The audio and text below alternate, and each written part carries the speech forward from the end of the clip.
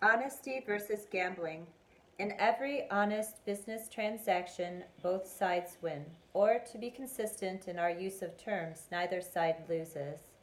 This is an infallible criterion for the judging of legitimacy and honesty in business. The moment we come to a transaction in which one side can win only as the other side loses, we may know that we have passed from the realm of honesty into the realm of dishonesty. There is a prevalent notion that the wrong of gambling lies in the element of chance that is usually a prominent factor. It is often said that this element is present in all business and in all departments of life, and so it is what we with our limited knowledge call chance.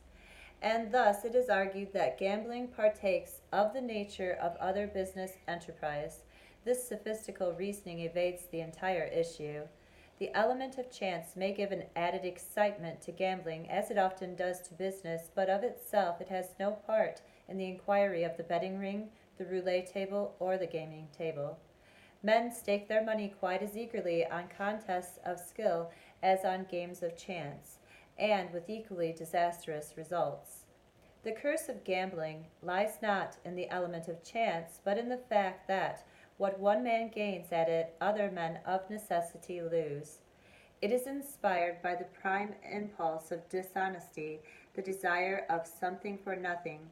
But it is argued again that in gambling men enter into a legitimate contract with each other in which each gives up his right to a part in return for a chance of getting the whole, or in which they agree to take the chance of losing in return for at least an equal chance of winning.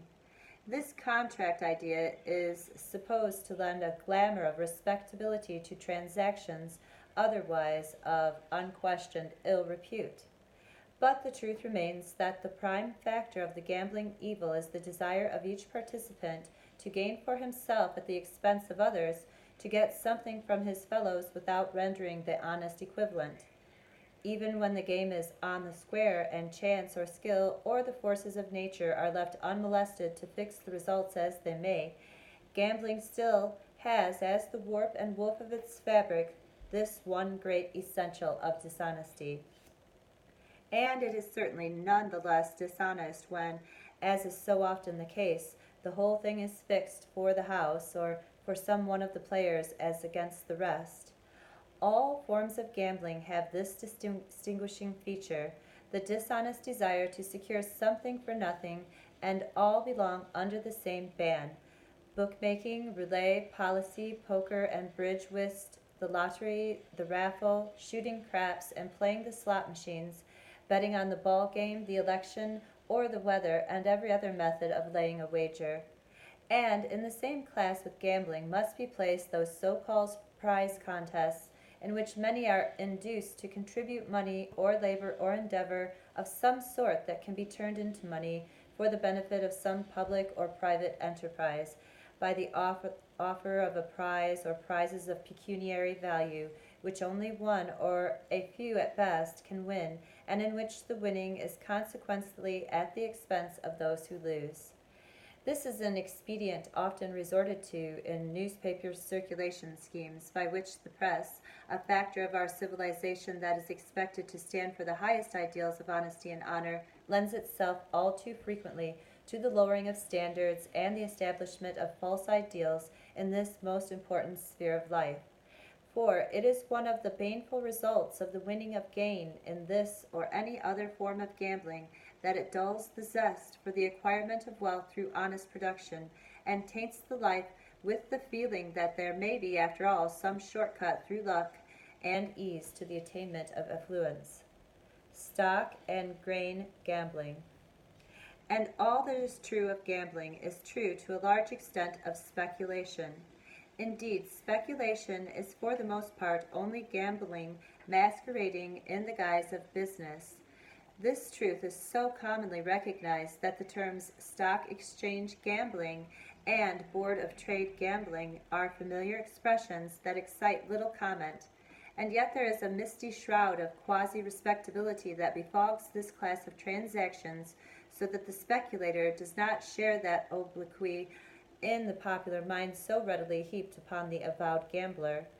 The reason for this is plain when we consider that some portion of the dealings on the Board of Trade and on the Stock Exchange are entitled to be classed as honest business, and that the entire subject is so vague to the average man that very few have discovered where to draw the line between the legitimate and the illegitimate, the honest and the dishonest, in these affairs. Men do buy stocks on or through the stock exchange for the simple purpose of investment as a means of placing money where it will draw an income through the accruing dividends. This is just as honest as buying a factory for the sake of deriving gain through its use. Men do sell stocks on or through the stock exchange because they need or wish to turn this form of property into money. This is just as legitimate as would be the selling of the factory for the same purpose, and so with the Board of Trade. The grain crop of the world is marketed in large degree through Board of Trade dealings, and so finds its way honestly enough to the manufacturer, the distributor, and the consumer. The Board of Trade and the Stock Exchange, when unabused, are honest means of honest business, and it is because of this legitimacy and respectability of so considerable a part of their transactions that they are capable of being distorted and misused by the gambler without bringing upon himself the full measure of condemnation that society has come to cast upon the man who plays the same kind of game through other channels.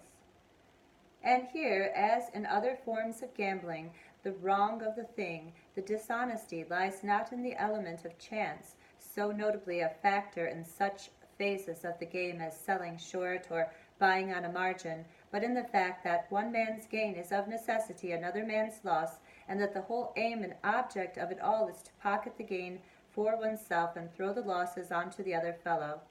It is always the bears against the bulls. One side wins, the other side loses. Fortunes are piled up on the one hand, on the other fortunes are broken and lost. The path of every great speculative deal over which some new Napoleon of finance strides in triumph with his little coterie of insiders onto wealth and fame is strewn thick with financial ruin, shattered hopes, and blasted lives. The winner becomes a millionaire and salves his conscience, if perchance he has one, by endowing a library or a hospital. The loser goes to the madhouse or becomes a suicide. Of course, this is the extreme of the evil. Not all the contrasts of the game are so marked or so tragic, but the principle is the same in every case. Something for nothing, dishonesty, refined a little perhaps, but rampant and restless. Fluctuations and values. This conclusion leaves little ground where the honest man may stand to take advantage of fluctuations in value for his own gain. As we have already noted, however, the rightful owner of the thing is the rightful owner of its value, and any increase in value that may accrue to it is rightfully his. But this is accompanied by the corollary, less welcome perhaps, that any decrease in the value is just as rightfully his, and must in justice and honesty be borne by him. No man in the ownership of things can divest himself of this liability for changes in value. Honesty does not permit a man to sell what he believes to be about to decline in value for the sake of escaping the loss and shouldering it off onto someone else.